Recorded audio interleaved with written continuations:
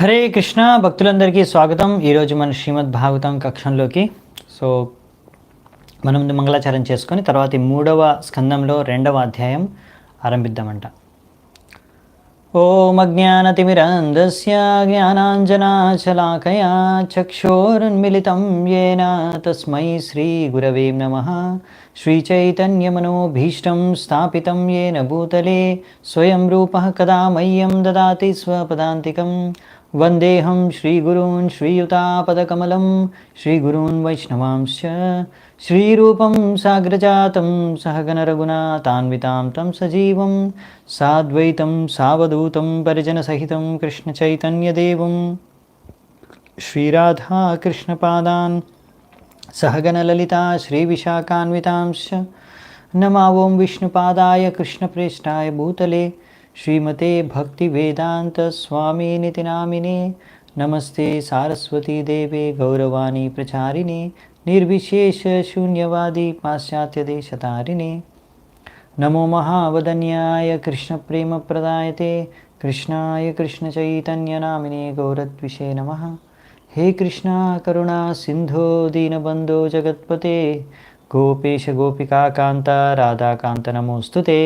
తప్తకాంచన గౌరాంగీ రాధే వృందావనేశ్వరీ వృషభానుసుతే దేవి ప్రణమామి హరిప్రియే. నీలాచల నివాసాయ నిత్యాయ పరమాత్మనే బలభద్ర సుభద్రాభ్యాం జగన్నాథాయ తే నమః. వాంఛాకల్పతరుభ్యశ్చ కృపా సింధుభ్య ఏవ చ పతితానాం పావనేభ్యో వైష్ణవేభ్యో నమో నమః. జయ శ్రీ కృష్ణ చైతన్య ప్రభు నిత్యానంద శ్రీ అద్వైత గదాధర శ్రీవాసాది గౌరభక్తవృంద. హరే కృష్ణ కృష్ణ కృష్ణ హరే హరే హరే రామ రామ రామ హరే హరే. హరే కృష్ణ. సో భక్తులందరికీ స్వాగతం. సో ఈరోజు మనము మూడవ స్కందం రెండవ అధ్యాయం మొదటి నుంచి మనం చర్చించుకుందాం, మొదటి శ్లోకం నుంచి. సో ఇప్పటివరకు మనం చూసింది ఏంటంటే విదురుడు ఉద్ధవుడిని కలిసిన తర్వాత ఆయన్ను మొదటగా యాదవుల గురించి, వాళ్ళ యొక్క కుశల వార్తల గురించి, అంటే వాళ్ళ సంక్షేమం గురించి, కుశలత గురించి, వాళ్ళ గురించి విషయాలు అడిగారు. ముఖ్యంగా అందులో కృష్ణ బలరాముడితో తీసుకొని మిగతా వాళ్ళందరిది.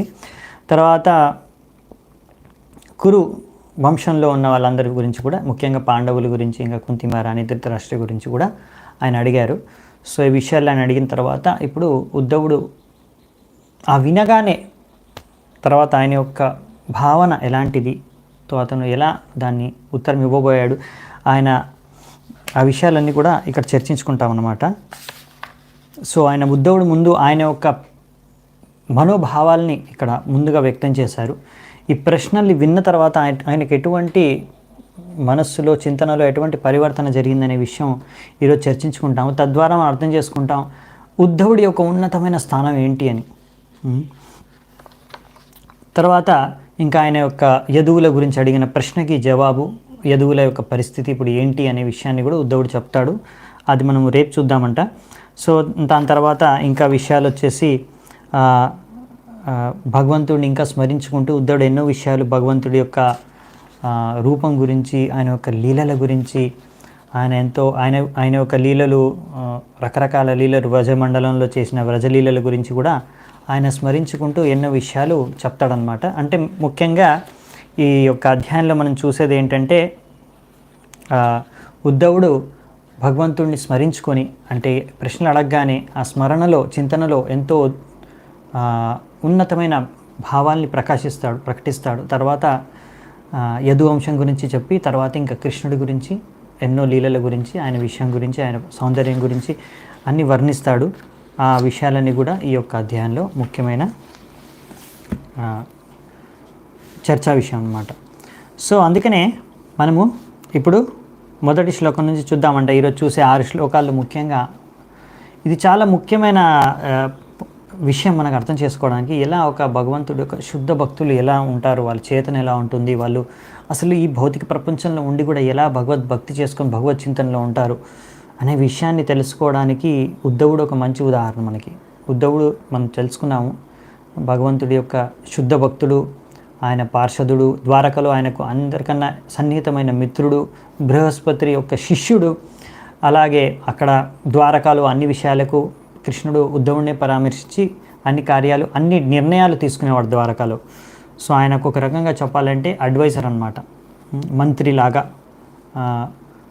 సెక్రటరీ మంత్రిలాగా ఆయన పనిచేసేవారు, ఆయన అడ్వైజ్ చేసేవారు కృష్ణుడికి ఉద్ధవుడు. సో ఉద్ధవుడు ఎంతో శుద్ధ భక్తుడు.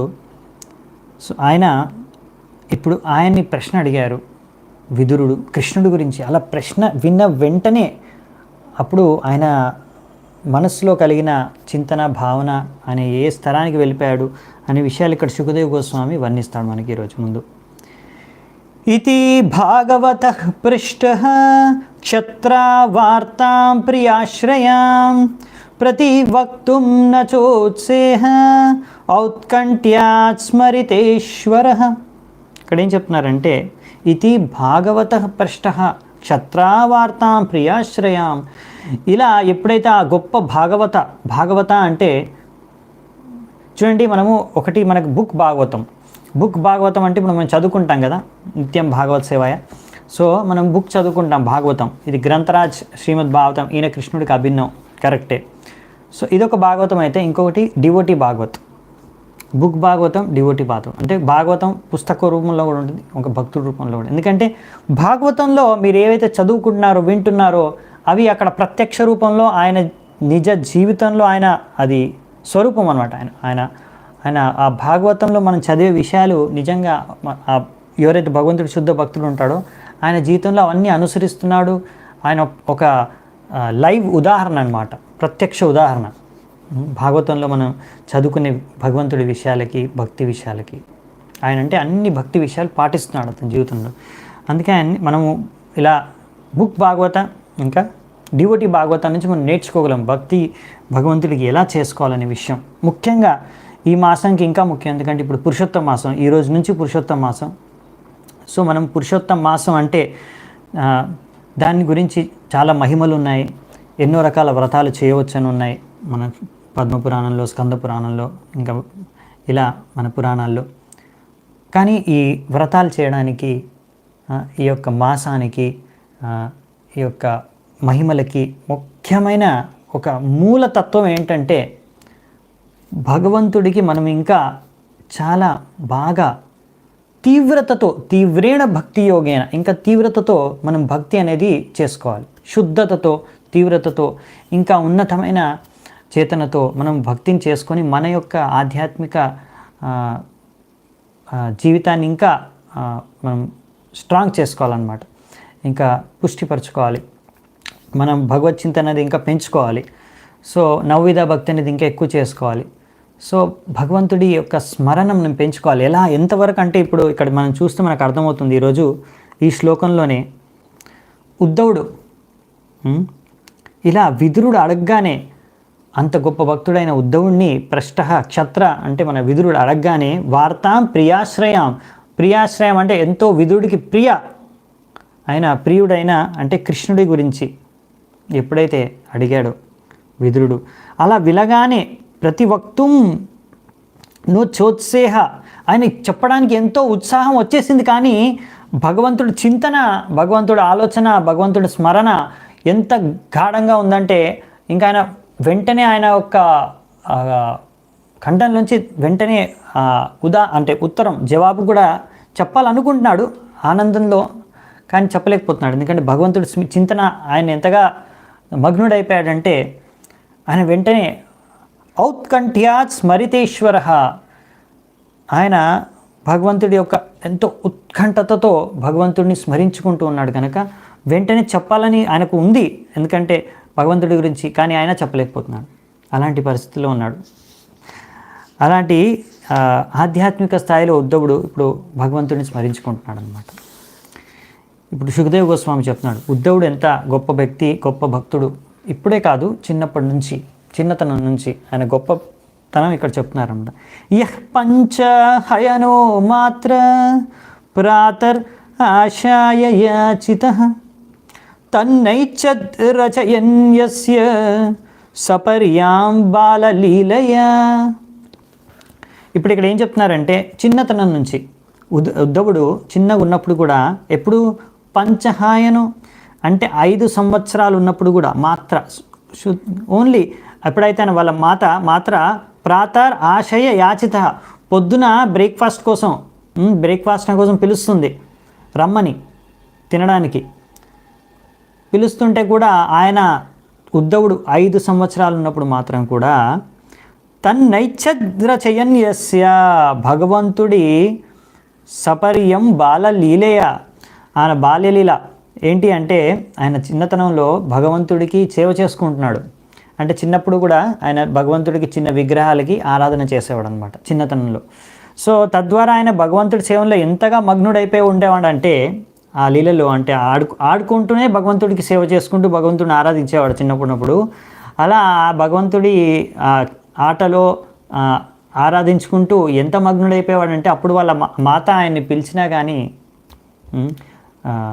పొద్దున్నే బ్రేక్ఫాస్ట్ కోసం ఆయన వచ్చేవాడు కాదు. సో ఈ విధంగా చిన్నప్పటి నుంచి ఆయన భగవంతుడికి చిన్న విగ్రహ రూపంలోనే బొమ్మలుగా చిన్నపిల్లలు ఆడుకుంటారు కదా, భగవంతుడు చిన్న బొమ్మలు తీసుకొని వానికి పూజ చేస్తారు, దానికి డ్రెస్ చేస్తారు, దానికోసం పూలు పెడతారు, దానికి ఆరతి ఇస్తారు, నైవేద్యం పెడతారు. ఇలా అన్ని చిన్నప్పటి నుంచి ఉద్ధవుడు కూడా చేసేవారు అనమాట. సో ప్రభుపాల ద్వారా అంటున్నారు ఒక మంచి పరివారాల్లో మంచి భక్తుల పరివారాలు మంచి భారతదేశంలో ఇప్పుడు కూడా చాలామంది మంచి పరివారాలు ఎవరైతే మంచి భక్తులు లేకపోతే భగవంతుని నమ్ముతారో మంచి సంస్కారం ఉన్న వాళ్ళ ఇంట్లో ఇప్పుడు కూడా పిల్లలకి చిన్నప్పుడు వాళ్ళకి భగవంతుడి యొక్క చిన్న బొమ్మల్ని ఇస్తారు ఆడుకోవడానికి. అంటే కృష్ణుడిది కానీ రాముడిది కానీ ఇంకా ఏ దేవతల విగ్రహాలు కూడా ఇస్తుంటారు, గణపతి శివుడు అట్లా. సో వాళ్ళు ఏంటంటే అలా ఆడుకుంటూనే చిన్నప్పటి నుంచి అలా వాళ్ళు భగవంతుడికి ఆటల్లోనే సేవ చేసుకుంటూ ఉంటారంట. మనం చూసినట్టు చాలామంది భక్తుల జీవితాల్లో మనం చూసాము. ఇంతకుముందు పరీక్షిత్ మహారాజ్ జీవితంలో కూడా చూసాము. మనకు ప్రభుపాల ద్వారా మళ్ళీ ఉదాహరణ ఇచ్చారు ఇక్కడ. పరీక్షిత్ మహారాజు కూడా అలాగే చిన్నప్పటి నుంచి భగవంతుడికి ఆడుకుంటూనే చిన్నప్పటి నుంచే భగవంతుడికి విగ్రహారాధన చేసేవారు అనమాట, ఆడుకుంటూ. సో ఆ విధంగా ప్రభుపాల ద్వారా అంటూ ఇప్పుడు కూడా అలా ఎంతో మంచి పరివారాల్లో భారతదేశంలో అలా పిల్లలకి చిన్నప్పుడు భగవంతుడు చిన్న విగ్రహాలు కానీ ఆడుకోవడానికి బొమ్మలు కానీ భగవంతుడు ఇస్తారనమాట. తద్వారా వాళ్ళు ఆడుకుంటూ భగవంతుడికి సేవ చేస్తూ భగవంతుడి పైన ఆసక్తిని ఇంకా సేవాభావాన్ని పెంచుకుంటారు. అదే వాళ్ళు పెద్దగైన తర్వాత కూడా వాళ్ళకి ఉపయోగపడుతుందనే విషయాన్ని మనకు అర్థమవుతుందన్నమాట ఇక్కడ. సో తద్వారా వాళ్ళు భగవంతుడి పట్ల సేవాభావం అనేది ఉత్పన్నం అవ్వడానికి అది చాలా దోహదపడుతుందని ఇక్కడ రాశారనమాట. సో అందుకని ఇక్కడ నెక్స్ట్ ప్రభుపాల ద్వారా అంటున్నారు మాకు కూడా ఇలాంటి మంచి అవకాశం దొరికింది. చిన్నతనంలో మా తల్లిదండ్రులు కూడా అలాగే మాకు కూడా ఈ యొక్క అవకాశం లభించింది. మనం తెలుసు కదా, చిన్నప్పుడు కూడా ప్రభుపాల వారు ఆయన కూడా భగవంతుడికి ఆరాధన చేసేవాడు, రథయాత్ర చేసేవారు. ప్రతిరోజు అక్కడ ఆయన ఇంటి ముందు ఉన్న రాధా గోవింద్ మందిరానికి వెళ్ళి అక్కడ విగ్రహ ఆరాధన జరుగుతుంది ఆయన చూసేవారు, దర్శించుకునేవారు. సో మళ్ళీ ఇంట్లో కూడా అతను తన చెల్లెలు ఇద్దరు భగవంతుడికి ఆరాధించేవారు. ఆడుకుంటూనే పొద్దున్నే ఆయన భగవంతుడు వాళ్ళ తండ్రి భగవంతుడికి పూజ చేస్తుంటే బెడ్ల శబ్దం విని ప్రభుపాలు లేచి వెళ్ళి చూసేవారు భగవంతుడు ఎలా మా నాన్న పూజ చేస్తున్నాడు, అలాగే ఆయన కూడా పూజ చేయడానికి ప్రయత్నించేవాడు. సో ఇలా ఎవరికైతే భక్తుల పరివారంలో ఉంటారో అంటే తల్లిదండ్రులు ఒకవేళ భగవంతుడిని ఆరాధిస్తుంటే చిన్నప్పటి నుంచి చూసి పిల్లలు కూడా నేర్చుకుంటారు. ఇంకా వాళ్ళకు కూడా మీరు బొమ్మలు ఇస్తే వాళ్ళు కూడా నేర్చుకుంటారనమాట. సో ఆ విషయాన్ని ఇక్కడ చెప్తున్నారనమాట ప్రభుపాల ద్వారా. సో నాకు కూడా గుర్తుంది, నేను చిన్న ఉన్నప్పుడు కూడా భగవంతుడి చిన్న విగ్రహాలని గణపతి అలా వేరే దేవతా విగ్రహాలని కూడా ఇంకా భగవంతుడిని కూడా ఆరాధించుకునే వాళ్ళం ఆడుకుంటూనే. సో ఇది చాలా మంచి సంస్కారం. అంటే పిల్లలకి చిన్నప్పటి నుంచే భగవంతుడి విగ్రహాలని కానీ బొమ్మలు ఇచ్చి కానీ దాని ద్వారా వాళ్ళ బొమ్మల్లో ఆడుకుంటూ కూడా సేవ చేసుకోవడం ద్వారా వాళ్ళకి ఎంతో ఉపయోగకరం అంట వాళ్ళ భక్తిలో. ఆ విషయం మనం చూస్తున్నాము. పరీక్షిత్ మహారాజ్ జీవితంలో చూసాము, ఇప్పుడు ఉద్ధవ్ జీవితంలో చూసాము. ప్రభుపాల్ ద్వారా ఎప్పుడు తన ఉదాహరణ కూడా చెప్తారు. భక్తి సిద్ధాంత సరస్వతి ఠాకూర్ కూడా చిన్నతనంలో ఉన్నప్పుడే భక్తి వినోద్ ఠాకూర్ ఆయనకి ఇది ఇచ్చారు, కూర్మ అవతారం విగ్రహం ఇచ్చారు పూజ చేసుకోమని. ఇది ఎందుకంటే ఇది దీని ద్వారా నువ్వు ఇంకా నీ భక్తిలో స్ట్రాంగ్ అవుతావు అనేసి. సో అలా మనం చూస్తున్నాము చాలామంది భక్తుల పరివారాల్లో భక్తులను వాళ్ళ తల్లిదండ్రులు చిన్నప్పటి నుంచి వాళ్ళకి భక్తిలో భగవంతుడి సేవలో యుక్తపరుస్తున్నారనే విషయాన్ని. సో అప్పుడు వాళ్ళకి చిన్నతనంలో వాళ్ళకంత తెలియకున్నా వాళ్ళు అలా భగవంతుడికి సేవ చేసుకోవడం పట్ల ఒక భావన, సేవాభావన అనేది ఉత్పన్నమవుతుందన్నమాట. తర్వాత వాళ్ళు ఇంకా జ్ఞానం తెలుసుకొని భగవంతుడి గురించి ఇంకా బాగా మంచి చేతనతో భక్తి చేసుకోగలరు. స కథం సేవయా తస్య కాలేన జరసంగతః పృష్టో వార్తాం ప్రతిబ్రూయాత్ భర్తుః పాదావనుస్మరన్. సో నెక్స్ట్ వచ్చేసి ఉద్ధవుడు ఇక్కడ అడుగుతున్నారనమాట. ఉద్ధవుడి గురించి చెప్తున్నారు సుఖదేవ్ గోస్వామి.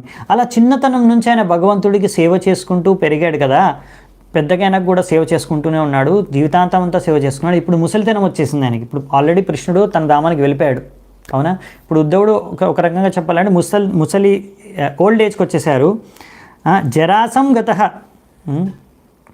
అంటే జర అంటే జన్మ మృత్యు, జర వ్యాధి, జర అంటే ఓల్డ్ ఏజ్ అంటే జరాసం గతః ఇప్పుడు వచ్చేసింది ఆయనకి, ముసలితనం వచ్చేసింది. అయినా కానీ ఆయన భగవంతుడికి సేవ చేసుకునే భావన మాత్రం ఏ మాత్రం తగ్గలేదు. ఎప్పుడైతే భగవంతుడి గురించి కొంచెం సందేశం ఇవ్వమని అడిగాడో విదురుడు, వెంటనే భగవత్ చింతనలో మగ్నం అయిపోయాడు ఉద్ధవుడు. సో ఆ విషయం ఇక్కడ తెలియజేస్తున్నారనమాట. సో అందుకే ప్రభుపాల్ రాస్తున్నారనమాట, భగవద్భక్తి చేసుకోవడానికి ఆధ్యాత్మిక స్థలంలో ఎప్పటికీ మనం ఇది భక్తి అనేది ఆత్మ చేసే కార్యం. మనం అంటే మనం ఆత్మ, శరీరం కాదు. ఆధ్యాత్మికం అంటే ఆత్మ చేసే కార్యాలు. సో ఆత్మ ఎప్పుడు ముసలిదైపోదు.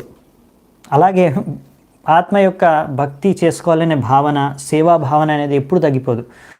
ముసలితనం రావడం వలన శరీరం ముసలిదైపోవచ్చు. హరే కృష్ణ, కొద్దిగా ఇంటర్నెట్లో సమస్య వచ్చింది. సో రిటైర్మెంట్ మన శరీరానికి అవసరం ఉండొచ్చు, కానీ ఆత్మకి ఎప్పుడు రిటైర్మెంట్ అవసరం లేదు. భక్తిలో ఆత్మతో చేసే భక్తికి ఆధ్యాత్మిక స్థలంలో ఎప్పటికీ ఆత్మ ఎప్పుడు రిటైర్మెంట్ కోరుకోదు, అవసరం లేదు. ఇంకా ఎప్పుడు ఆ సేవ చేయాలనే భావన అనేది ఎప్పుడు తగ్గదు అనే విషయాన్ని ఇంకా ఇక్కడ మనకు ప్రభుపాద వారు వ్యక్తం చేస్తున్నారు. ప్రభుపాదే మనకు గొప్ప ఉదాహరణ. ఎందుకంటే మనం చూస్తాం కదా, ప్రభుపాద వాళ్ళు తన జీవితంలో 70 ఏళ్ళ వయసులో ఆయన మొత్తం ఇస్కాన్ సంస్థను స్థాపించి మొత్తం 12-14 సార్లు మొత్తం లోకమంతా చుట్టేసి ప్రచారం చేసి 108 మందిరాల్ని స్థాపించి. సో ఓకే, సో మీకు క్లియర్గా ఉందనుకుంటాను. కొంచెం ఇక్కడ ఇంటర్నెట్లో సమస్య వస్తుంది, అయినా పర్వాలేదు, కంటిన్యూ చేస్తాను. స ముహూర్తం అభూత్ తుష్ణిం కృష్ణాంగ్రీ సుదయా భృశం తీవ్రేణ భక్తియోగేన నిమగ్న సాధు నిర్వృతః. ఇప్పుడు ముహూర్తం అలా భగవంతుడితో స్మరణలో, చింతనలో ఒక ముహూర్తం గడిచిపోయిందంట. ఒక ముహూర్తం అంటే 48 నిమిషాలు. అంటే అప్పటి వరకు ఆయనకు అసలు ఈ భౌతిక చేతనకు అతీతంగా మొత్తం ఆధ్యాత్మిక చింతనంలో ఆయన మగ్నుడైపోయాడు. కృష్ణాంగ్రి సుదయాభృశం, భగవంతుడి యొక్క పాద పద్మాల యొక్క అమృతాన్ని ఆస్వాదిస్తూ స్మరణంలోనే ఆయన ఆ భక్తి భావనలో ఇంకా ఇంకా ఇంకా ఇంకా మగ్నమైపోతున్నాడంట చింతనలో. సో ఆ విషయాన్ని ఇక్కడ విదురుడు కూడా గమనిస్తున్నాడు. సో ఈ విధంగా ఆయన ఇప్పుడు సడన్గా విదురుడు అడిగేసరికి భగవత్ చింతనలో ఎంతో డీప్గా మగ్నమైపోయాడు. మగ్నః సాధు నిర్వృతః, సంపూర్ణంగా. సో ఇలా భగవంతుడి యొక్క చింతనలో మగ్నమైపోయి ఆయన యొక్క శరీరంలో అష్టసాత్విక వికారాలు కూడా కనిపిస్తున్నాయంట. అష్టసాత్విక వికారాలు అంటే కళ్ళల్లోంచి నీళ్లు రావడం, ఇంకా మొత్తం శరీరం అంతా కంపించడం, ఇంకా అన్ని రోమాలన్నీ నించుంటాయన్నమాట. అలాగే మొత్తం చెమటలు రావడం, ఇంకా రకరకాల మొత్తం బాడీ అంతా కంపించిపోతుంది. ఇంకా మాట్లాడడానికి కూడా అంతా గొంతంతా చోక్ అయిపోతుంది, చోకింగ్ ఆఫ్ ద థ్రోట్. ఇంకా అలా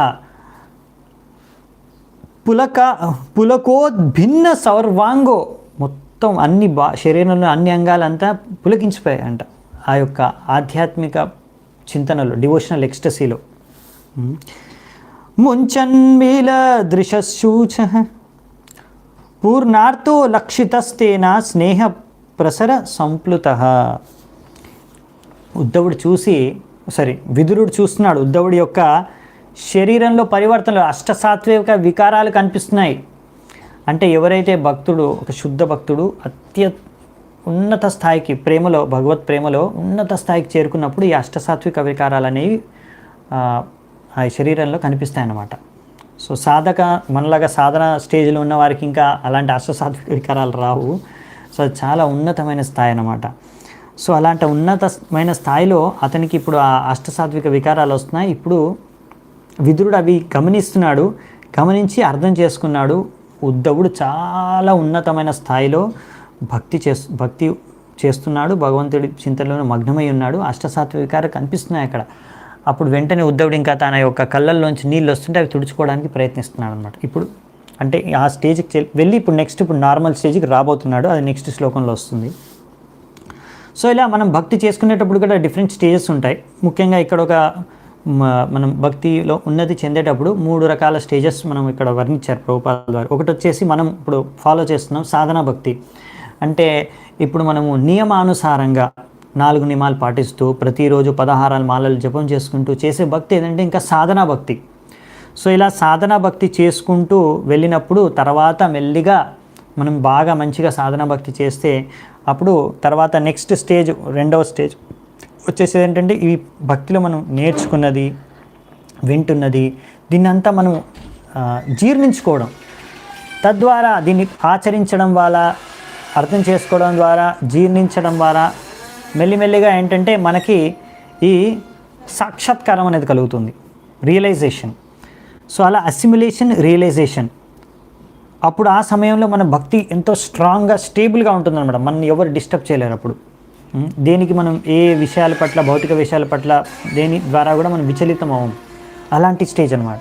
ఆ స్టడీ, మీ భక్తి స్టడీగా ఉంటుంది. దాని తర్వాత ఇంకా నెక్స్ట్ హైయెస్ట్ స్టేజ్ వచ్చేసి ఇప్పుడు మనం ఉద్ధవుడిలో చూస్తున్నట్టు శుద్ధ భక్తి స్థాయిలో హైయెస్ట్ స్టేజ్లో ఏంటంటే ఇంకా లాస్ట్ స్టేజ్లో అష్టసాత్విక వికారాలు కూడా ప్రదర్శన అయిపోతే అప్పుడు ఇంకా మొత్తం చెప్పాలంటే ఆధ్యాత్మిక స్థాయిలోనే ఉంటాం. భౌతిక ప్రపంచంలో ఉన్నా కానీ మనం ఆధ్యాత్మిక చింతనంలో ఉంటాం. అలాంటి అష్టసాత్విక వికారాలని ఆ మహాభావ, మామూలుగా భావ అనేది భావ స్టేజ్ అనమాట. ఇది అష్టసాత్విక వికారాలు మహాభావ అన్నిటికన్నా హైయెస్ట్ స్టేజ్. అది శ్రీ చైతన్య మహాప్రభువులు కూడా వ్యక్తం చేశారు. అది చైతన్య మహాప్రభు యొక్క జీవిత చరిత్ర అయిన చరితామృతంలో వర్ణించబడింది అంత్యలీలలో. సో భగవంతుడి పట్ల సంపూర్ణంగా ప్రేమ ఉత్పన్నమైనప్పుడు అలాంటి స్టేజ్కి వచ్చినప్పుడు అది మనం చూడొచ్చు అన్నమాట. సో ఇది భక్తి రసామృత సింధులో కూడా ఈ యొక్క అన్ని డిఫరెంట్ స్టేజెస్ గురించి కూడా వర్ణించారు. మనం భక్తి రసామృత సింధు చర్చించుకున్నప్పుడు చూద్దామంట. ఇంకా శనకైర్భగవల్లోకాన్ నృలోకం పునరాగతః విమృజ్య నేత్రే విదురం ప్రీత్యాహోత్తవ ఉత్స్మయం. తో ఉద్ధవుడు శుద్ధ భక్తుడు, గొప్ప వ్యక్తి, గొప్ప భక్తుడు. ఇంకా ఆ భగవంతుడిలో మగ్నమైన చింతన నుంచి ఇప్పుడు మెల్లిగా తేరుకొని మానవ స్థాయికి వచ్చేస్తున్నాడు. ఇప్పటివరకు ఆయన ఆధ్యాత్మిక స్థాయిలోనే ఉన్నాడు. ఆధ్యాత్మిక చింతనలో ఎంత మగ్నమైపోయాడంటే అక్కడ మనకి ప్రభుపాదుల ద్వారా రాస్తున్నారు. ఇక్కడ ఈ రకమైన చింతనలో భగవంతుడి ఇంత చింతలో మగ్నమైనప్పుడు అసలు ఆ చింతన భగవంతుడికి ఇంకా తేడా లేదన్నమాట, అభిన్నం. అలాంటి సమయంలో భగవంతుడు మీ ముందున్నట్టు భగవంతుడితో మీరు సంపర్కంలో ఉంటే ఎలా ఉంటుందో అలాగే అనమాట అది ఆ చింతనలో. సో అలాంటి స్థాయి నుంచి అంటే వాళ్ళు ఇక్కడ ఉన్నా కానీ, శరీరం ఇక్కడ ఉన్నా కానీ వాళ్ళ మనస్సు అంటే వాళ్ళ ఆత్మ, మనస్సు, చేతన అంతా గోలోక బృందావనం ఆధ్యాత్మిక జగత్తులోనే ఉంటుందన్నమాట. సో అక్కడి నుంచి ఇప్పుడు మెల్లిగా ఆయన తేరుకొని ఇప్పుడు మానవ స్థాయికి, ఇప్పుడు భౌతిక ప్రపంచానికి అతీతంగా ఉన్నాడు. అక్కడ నుంచి ఇప్పుడు భౌతిక ప్రపంచానికి మళ్ళీ ఎక్స్టర్నల్ కాన్షియస్నెస్కి ఆయన వస్తూ ఆయన ఒక కళ్ళనంతా తుడుచుకుంటూ, నీళ్ళని తుడుచుకుంటూ అతను ఇంకా ఇప్పుడు విదురుడు అడిగిన ప్రశ్నలకి గుర్తు చేసుకుంటూ ప్రీత్యాహోద్దవ ఉత్స్మయం, ఎంతో ఉత్సాహంతో, ఎంతో ప్రీతిపూర్వకంగా జవాబు ఉత్తరం ఆయన ప్రశ్నలకి జవాబు ఇవ్వడానికి ఇప్పుడు ప్రయత్నిస్తూ మొదలు పెడుతున్నాడు జవాబు. ఇప్పుడు ఆయన నార్మల్ స్థాయికి వచ్చాడన్నమాట. ఇప్పటివరకు ఆ ఉత్కంఠతలో ఆ భావంలో ఉండేసరికి ఆయన ఇంకేం మాట్లాడలేకపోయాడు. ఇప్పుడు ఆ ముహూర్తం తర్వాత మెల్లిగా ఆయన ఇప్పుడు మానవ సమాజం, భౌతిక సమాజంలో ఉన్న ఎక్స్టర్నల్ కాన్షియస్నెస్కి వచ్చి ఇప్పుడు ఆయన మెల్లిగా ఆయన యొక్క ప్రీతిపూర్వకంగా ఎంతో ఆనందంతో ప్రీతితో ఆయన జవాబు ఇవ్వడానికి ప్రయత్నిస్తున్నాడు అనమాట. ఆయన ఏం జవాబిస్తాడు అనేది ఇవ్వబోతున్నాడు అనేది నెక్స్ట్ శ్లోకం నుంచి వస్తుంది. అందులో యదువంశం గురించి చర్చిస్తాడు, తర్వాత కృష్ణుడి గురించే చర్చ ఉంటుంది. అది చూద్దామంటారు రేపటి నుంచి. సో మెయిన్గా ఈరోజు ఇంకొన్ని పాయింట్స్ ఉన్నాయి, ఇంపార్టెంట్ పాయింట్స్ చూసుకొని పురుషోత్తమ మాసం గురించి కొంతమంది అడిగారు. జస్ట్ ఫ్యూ పాయింట్స్ నేను చర్చించుకుంటాను. So the pure devotee leaves, okay fine, ఇది చర్చించాను నేను. సో ఇలా ఇక్కడ ఒక ముఖ్యమైన విషయం మనకి తెలిపారు ప్రభుపాల ద్వారా తాత్పర్యంలో. ఇది కూడా మనకి మళ్ళీ భక్తి రసామృత సింధు మరియు కొంచెం చైతన్య చరితామృతలో కూడా వర్ణించబడింది. సో చాలామంది ఈ యొక్క భౌతిక ప్రపంచంలో రకరకాల కర్మాలని భోగిస్తూ, రకరకాల కర్మాలు చేసుకుంటూ, కర్మ ఫలితాలని భోగిస్తూ అందులోనే మగ్నమైపోయి సంసారంలో జీవితంలో ఉండిపోతారు, రకరకాల పనులు కర్మలు చేసుకుంటూ. కానీ కొంతమంది అదృష్టవంతులు, కొంతమంది భగవంతుడి కృప వల్ల వాళ్ళ యొక్క ఇచ్ఛ వలన ఎలాగో ఒకసారి వాళ్ళు భక్తుల యొక్క సాంగత్యం, వాళ్ళకి శుద్ధ భక్తుల యొక్క సాంగత్యం కలగడం ద్వారా వాళ్ళకి భక్తి పట్ల ఒక రుచి, ఆసక్తి అనేది ఉత్పన్నమవుతుంది. అది చాలా తక్కువ అదృష్టవంతులైన వ్యక్తులకు మాత్రమే కలుగుతుంది. ఎప్పుడైతే అలాగా కలుగుతుందో ఆ యొక్క టేస్ట్, ఆ రుచి ఏదైతే మీకు కలిగిందో, ఆసక్తి, భక్తి చేసుకోవాలనే ఆసక్తి భక్తుల యొక్క సాంగత్యం ద్వారా కలిగిందో, ఆ ఆసక్తి అనేదే బీజం, భక్తి బీజం. ఆ బీజం అంటే సీడ్ అన్నట్టు. ఇప్పుడు స్టార్ట్ మాకు ఫస్ట్ అట్రాక్షన్ ఎప్పుడైతే కలిగిందో, ఒక టేస్ట్ అనేది కలిగిందో, భక్తి చేసుకోవాలనే ఇచ్చ కలిగిందో, ఆ టేస్ట్ రుచి చూసారో, ఆ రుచి అనేదే ఇక్కడ మనకి ముఖ్యంగా బీజం అంటే. సో ఇప్పుడు మన బీజాన్ని మనము ఎలాగైతే ఒక బీజాన్ని మనము అందులోంచి ఒక ప్లాంట్ రావాలంటే దాన్ని మనము మట్టిలో పెట్టి నీరు పోసి తర్వాత దాన్ని సంరక్షిస్తే అప్పుడు మెల్లిగా అది అందులోంచి ఒక సీడ్లింగ్ వస్తుంది, సీడ్లింగ్ నుంచి ప్లాంట్ వస్తుంది, అవునా? సో అలాగే ఇక్కడ ఇది నీరు పోయడం అంటే శ్రవణం, కీర్తనం, స్మరణం, ఇది నవవిధ భక్తి అంటే ముఖ్యంగా జపం చేయడం, ఇంకా శ్రవణం, భాగవతాన్ని వినడం, భగవంతుడి యొక్క లీలల గురించి వినడం, ఇంకా వాటినే చర్చించుకోవడం, మరి భగవంత్ నామాన్ని జపించడం. తద్వారా ఏం జరుగుతుందంటే ఇది నీరు పోయడం అనమాట బీజానికి. తద్వారా ఆ యొక్క బీజాన్ని ఇప్పుడు మనము సంరక్షించాలి, అలాగే పెంచాలి కూడా, అలాగే అక్కడే ఉంచకూడదు. భక్తిని మనం పెంచుతూ ఉండాలన్నమాట. సో భక్తి లతా బీజం, అది భక్తి లత యొక్క బీజాన్ని మనకు దొరికిన దాని తర్వాత అందులో నుంచి భక్తి లత ఉత్పన్నమవుతుంది. ఒక లత అంటే అది క్రీపర్. ఆ క్రీపర్కి ఎప్పుడు ఒక సపోర్ట్ కావాలి, అప్పుడు అది స్ట్రాంగ్గా స్టేబుల్గా ఉంటుంది, సపోర్ట్ ఉంటేనే. ఆ సపోర్టే కృష్ణ పాదాశ్రయం. కృష్ణుని యొక్క పాద పద్మాల యొక్క ఆశ్రయాన్ని ఎప్పుడు దక్కుతుందో ఆ లతకి, అప్పుడు ఆ లత స్టేబుల్, స్ట్రాంగ్గా ఉండగలుగుతుంది అన్నమాట భక్తి. సో అలా మనము ముందు ఇలా జపము, కీర్తనము, శ్రవణము, తద్వారా లత అనేది ఉత్పన్నమవుతుంది ఆ బీజంలోంచి. ఆ లత తర్వాత కృష్ణుడి పాదాశ్రయాన్ని ఎప్పుడైతే గ్రహిస్తుందో తద్వారా భక్తిలో ఫిక్స్ అయిపోతుంది అన్నమాట. సో దాని తర్వాత ఫ్రూట్ వస్తుంది, పండు. అండ్ ఎప్పుడైతే అది మీరు ఇంత కష్టపడి చేశారు కదా, ఆ పండు అనేది ఫలం అన్నమాట. అదేంటంటే అది కృష్ణ ప్రేమ. సో అది ఎప్పుడైతే మీకు వస్తుందో అది మీరు ఆస్వాదించినప్పుడు మీరు ఆనందాన్ని, అదే కృష్ణ ప్రేమను ఆస్వాదించినప్పుడు మీరు అసలైన ఆనందాన్ని అనుభవించగలరు, మీ జీవితం సాఫల్యమైనట్టు అనమాట. అది సో ఇది బేసికల్లీ మనము ఇక్కడ ఉద్ధవుడు ఆ స్థాయికి చేరుకున్నాడు, ఉన్నతమైన స్థాయికి అనే విషయాన్ని మనం అర్థం చేసుకుంటాము. సో అలాగే మనం కూడా మన యొక్క చేతన భావన అనేది ఈ యొక్క మాసంలో మనము డెవలప్ చేసుకోవాలి. ఇది ఎందుకంటే పురుషోత్తమ మాసము, ఇది చాలా చాలా భక్తికి అనుకూలం. కృష్ణుడు ఈ మాసం నాకు అభిన్నం అని చెప్తారు. పురుషోత్తమ మాసం అనేది ఇంకా కార్తీక మాసం కన్నా మనకు తెలుసు కార్తీక మాసం ఎంత భక్తికి అనుకూలమైన మాసమో. ఆ మాసంలో భక్తి చేసుకుంటే మనకి ఎంత పురోగతి మనం భక్తిలో పొందవచ్చు అనే విషయాన్ని, దానికన్నా కూడా ఎన్నో రేట్లు ఒక్కొక్క పురాణంలో ఒక్కో రకంగా 2-3 రకాలు చెప్పారు. ఎన్నో రేట్లు ఎక్కువగా ఈ పురుషోత్తమ మాసానికి ఆధ్యాత్మిక ప్రాధాన్యత ఉంది, శక్తి ఉంది. మనం భక్తిలో ఇంకా పైకి తీసుకెళ్ళడానికి, ఇంకా భగవత్ చింతనలో మగ్నం పరచడానికి. ఇప్పుడు మనకి ఎన్నో స్టేజెస్ ఉన్నాయని అర్థమవుతుంది కదా. సో మనం భక్తిలో ఎదగాలి అంటే, పురోగతి చెందాలి అంటే మనకి ఇలాంటి సమయాలు చాలా అనుకూలం. ఇలాంటి సమయాల్లో మనం ఇంకా ఎక్కువ భక్తి చేసుకుంటే సాధన, సేవ, ఈ రెండు, సాధన సేవ ఎక్కువ చేసుకోవాలి.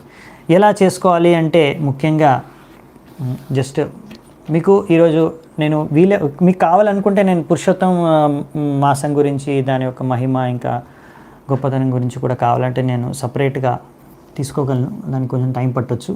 మేబీ మీకు కావాలంటే ఈరోజు ఈవినింగ్ నేను ట్రై చేస్తాను 7 o'clock. మీరు చెప్పొచ్చు, మీరు ఎవరైనా అడిగితే. నన్ను ఒకరో ఇద్దరు వాట్సాప్లో అడిగారు, నేను అనుకున్నాను కొద్దిగా ఇక్కడ చెప్తామని. ముఖ్యంగా మీరు ఎవరైనా మీరు ఒపీనియన్ చెప్పగలరు. నేను మెసేజ్ చూసి నాకు కొద్దిగా అర్థమవుతుంది. మీరు కావాలనుకుంటే నేను ఈరోజు ఈవినింగ్ అలా తీసుకోగలను కొద్దిగా. సో ఈ మాసంలో మెయిన్గా మనకి ఎక్కువగా రీడింగ్, హియరింగ్, ఎక్కువగా మనం ఇంకా జపం కూడా మామూలుగా చేస్తాం. అందులో క్వాలిటీ కూడా ఇంప్రూవ్ చేసుకోవాలన్నమాట. క్వాలిటీ కూడా ఇంప్రూవ్ చేసుకోవడం అంటే ఇప్పుడు మామూలుగా ఏంటంటే ఇప్పుడు ఒక్కొక్కరు మీరు మీ ఇళ్ళల్లో ఎక్కడెక్కడో ఉన్నారు, మీరు ఎలా ప్రాక్టీస్ చేస్తున్నారో ప్రతిరోజు నాకు తెలీదు. కొంతమంది ఆల్రెడీ 16 మాలలు చేస్తున్నారు, 4 నియమాలు పాటిస్తున్నారు. ఇంకొంతమంది ఇంకా ఆ స్టేజ్కి రాలేదు, ఇంకా ట్రై చేస్తున్నారు రావడానికి. సో ఈ మాసంలో ఎవరు ఏ స్టేజ్లో ఉన్నా సరే ఆ స్టేజ్ నుంచి ఇంకో హై స్టేజ్కి వెళ్ళాలి. మీరు ఒకవేళ 16 మాలలు 4 నియమాలు పాటిస్తున్నారు, ఇంకా సాధన స్టేజ్లోనే ఉన్నాం కాబట్టి కనుక ఇంకా పైకి వెళ్ళాలంటే సాధనాన్ని మనము తీవ్రత పెంచుకోవాలన్నమాట. క్వాలిటీ కూడా పెంచుకోవాలన్నమాట. క్వాలిటీ కూడా పెంచుకోవడానికి సో నేను ఈరోజు ఈవినింగ్ తీసుకుంటానండి కొంతమంది డివోటీస్. ఎందుకంటే నేను మామూలుగా ఈవినింగ్ టైంలో క్లాస్లో నేను చూస్తున్నాను తక్కువ మంది వస్తున్నారు. అందుకే మరి అది ఎవరికైనా ఇంట్రెస్ట్ ఉందో లేదో అందుకే నేను అడుగుదామనేసి నేను అడుగుతున్నాను. సో నేను ఈరోజు ఈవినింగ్ వీలైతే ట్రై చేస్తాను, 7 o'clock తీసుకోవడానికి ట్రై చేస్తాను పురుషోత్తమ మాసం గురించి. సో ముఖ్యంగా మీరు ట్రై చేయడం ఏంటంటే మనం క్వాలిటీ ఇంప్రూవ్ చేసుకోవాలి. భక్తి యొక్క క్వాలిటీ ఇంకా క్వాంటిటీ రెండు పెంచుకోవడానికి ప్రయత్నించాలన్నమాట. సో మరి ఈరోజు ఈవినింగ్ 7 o'clock చర్చించుకుందాం పురుషోత్తమ మాసం గురించి స్పెసిఫిక్గా. సో ఇది చాలా ముఖ్యమైన మాసం మనకి భక్తికి. ఇది ప్రతి ఇయర్ రాదు, 3-4 yearsలో 2-3 yearsలో అది ఒక క్యాలెండర్ ప్రకారం దాని బ్యాలెన్స్ వస్తుందన్నమాట. అది క్యాలిక్యులేషన్ ఉంది దానికి. సో మరి మనము అప్పుడు సపరేట్గా చర్చించుకుందాం మరి దాని గురించి ఈరోజు సాయంత్రం 7 o'clockకే చర్చించుకుందామంట. ట్రై చేస్తాను మ్యాక్సిమం, ఏ పని రాకుంటే వేరే సేవ రాకుంటే తప్పకుండా. అంతేకాకుండా నేను అనుకున్నాను ఈ పురుషోత్తమ మాసంలో మనము వీలైతే ఈవినింగ్ టైమ్స్లో కూడా ఏమైనా ముఖ్యంగా మనం ఈశోపనిషత్ అయిపోయింది మంది. ఈశోపనిషత్ అయిపోయిన తర్వాత నేను ఉపదేశామృతం చర్చించుకుందాం అనుకున్నాను. దాని తర్వాత భక్తిరసామృత సింధు కూడా చర్చించుకుందాం అనుకున్నాను. సో మరి మీరు ఉత్సాహం చూపిస్తే నేను స్టార్ట్ చేస్తాను. ఈ పురుషోత్తమ మాసంలో ఒకవేళ మనం అట్లీస్ట్ ఉపదేశామృతం చేసుకోగలిగితే కూడా అది కూడా మంచిదే. ఇంకా కొంతమంది నాకు హరే కృష్ణ మహామంత్రం గురించి, జపం గురించి, ఇంకా దాని గురించి అడిగారు. సో దాని గురించి కూడా మనకి ప్రభుపాద ద్వారా కొన్ని కోట్స్ పాయింట్స్ కూడా ఉన్నాయి. ఇంకా మన ఆచార్యులు కూడా లైక్ భక్తి వినోద్ ఠాకూర్ హరినామ్ చింతామణి, ఇంకా అలాంటి కొన్ని బుక్స్ కూడా ఉన్నాయి, ఆర్టికల్స్ కూడా ఉన్నాయి, కొన్ని కీర్తన్స్ కూడా ఉన్నాయి. సో మనం చర్చించుకోవచ్చు. ఎందుకంటే మనం మెయిన్గా ఏంటంటే ఈ యొక్క పురుషోత్తమ మాసంలో ఎక్కువగా ఇంకా హరినామం చేసుకోవాలి, ఇంకా జపం కూడా చేసుకోవాలి, ఇంకా క్వాలిటీ కూడా ఇంప్రూవ్ చేసుకోవాలి. ఇంకా కాన్షియస్నెస్ని మెయిన్గా ఏంటంటే చేతన అనేది మనం పెంపొందించుకోవాలి. ఎలాగైతే ఉద్ధవుడు చేతన చూసాం కదా, అంత ఉన్నత చేతన మనకు లేకున్నా కానీ అట్లీస్ట్ ఈ మాసంలో కొద్దిగా డెవలప్ చేసుకోవడానికి ట్రై చేయొచ్చు. చాలామంది భక్తి రసామృతం అడుగుతున్నారండి. సో నేను ఏం చేస్తానంటే మనం ఇంకా ఉపదేశామృతం కంప్లీట్ చేయలేదు. అందుకే నేను ఏంటంటే మనం మామూలుగా ఏంటంటే భక్తి రసామృతం కొంచెం అడ్వాన్స్, ఉపదేశామృతంలో అంటే బేసిక్ నుంచి అడ్వాన్స్ ఉంది అందులో కూడా. సో ఫస్ట్ ఉపదేశామృతం మరి స్టార్ట్ చేసి నెక్స్ట్ భక్తి రసామృతం కూడా తీసుకుంటాను. మరి అంటే ఒకరోజు maybe I can do, but నేను కొద్దిగా చూడాలి, ప్లాన్ చేసుకొని వీలైనంత మటుకు ట్రై చేస్తాను. ఉపదేశామృతం, భక్తి రసామృత సింధు, ఇంకా అలాగే ఇంకా నెక్స్ట్ వచ్చేసి ఇంకా హరినామం గురించి కూడా ఏమైనా చర్చించుకోవడానికి నేను ప్లాన్ చేస్తాను సంథింగ్ ఈ పురుషోత్తమ మాసంలో. సో దట్ ఈవినింగ్ టైమ్స్లో అట్లీస్ట్ మనకి ఎలాగైతే పొద్దున 5 days మనం భాగవతం క్లాస్ తీసుకుంటున్నామో చర్చించుకుంటున్నాము, అలాగే ఈవినింగ్ టైంలో ఒక రోజు అయితే ఇప్పుడు రామాయణం జరుగుతుంది. నేను అది వెడ్నెస్డే రోజు తీసుకున్నాను కాబట్టి వెడ్నెస్డే రోజు అది ఫిక్స్ చేసేస్తామంట. ఎవ్రీ వెడ్నెస్డే రామాయణం ఉంటుంది. 7 o'clock తీసుకుంటాను నేను. తద్వారా నాకు కూడా కొంచెం టైం ఉంటుంది వేరే సర్వీసెస్కి, ప్రిపరేషన్కి, సాధనకి, అన్నిటికీ. నెక్స్ట్ మిగతా రోజుల్లో ఇంకొక రోజు ఉపదేశామృతం, ఒక రోజు భక్తి రసామృత సింధు, ఇంకో రోజు హరినామం గురించి అలా ఏమైనా చర్చించుకోవడానికి ప్రయత్నిద్దామంట, చూద్దామంట. నేను ట్రై చేస్తాను. మీ అందరు ఈరోజు ఈవినింగ్ మరి 7 o'clock మళ్ళీ కలుద్దామంట. అప్పుడు ఫైనల్ చేసుకుందామంట షెడ్యూల్ పురుషోత్తమ మాసం కోసం. ఓకే, హరే కృష్ణ. మీ అందరి ఉత్సాహానికి చాలా చాలా ధన్యవాదాలు.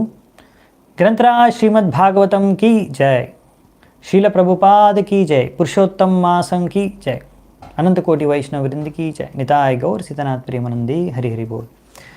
వాట్సాప్ నంబర్ ఇచ్చారు ఎవరో.